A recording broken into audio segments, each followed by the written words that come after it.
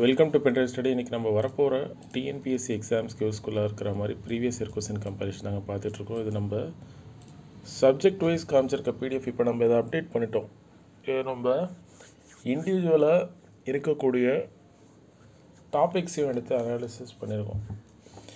இந்த subject wise இருக்கிறத நீங்கள் ஃபைனல் ரிவிஷனுக்கும் ப்ரிப்பரேஷன் அப்போ யூனிட் டாபிக் வைஸ் இருக்கிறதையும் நீங்கள் கோ த்ரூ பண்ணிக்கோங்க, சரிங்களா?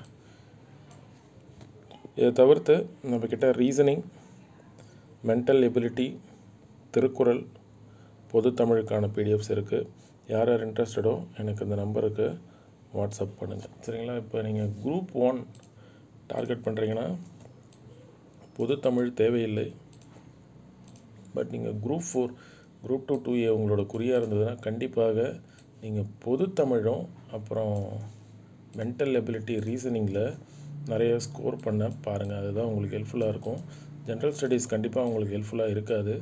அதனால் ஒருவேளை நீங்கள் குரூப் 4 தான் உங்கள் டார்கெட்டாக இருந்ததுன்னா குரூப் 4 என்ன பண்ணுறீங்க, பொது தமிழ் அண்ட் மென்டல் எபிலிட்டியை தரவாக படிச்சுட்டு அதுக்கப்புறம் நான் அதில் கண்டிப்பாக 125 கொஸ்டினுக்கு 110 மேலே எடுத்துருவேன் அப்படின்ற கான்ஃபிடென்ஸ் வந்த பிறகு நீங்கள் general studies, general science, current அஃபேர்ஸ்குள்ளே போங்க. அதுக்கு முன்னாடி அந்த பக்கம் போகாதீங்க, ஏன்னா அது வேஸ்ட்டாக தான் இருக்கும், சரிங்களா? வெறுமனே general studies, general Tamil and mental ability, reasoning படித்து வேலை வாங்கினவங்க கூட நிறைய பேர் இருக்காங்க.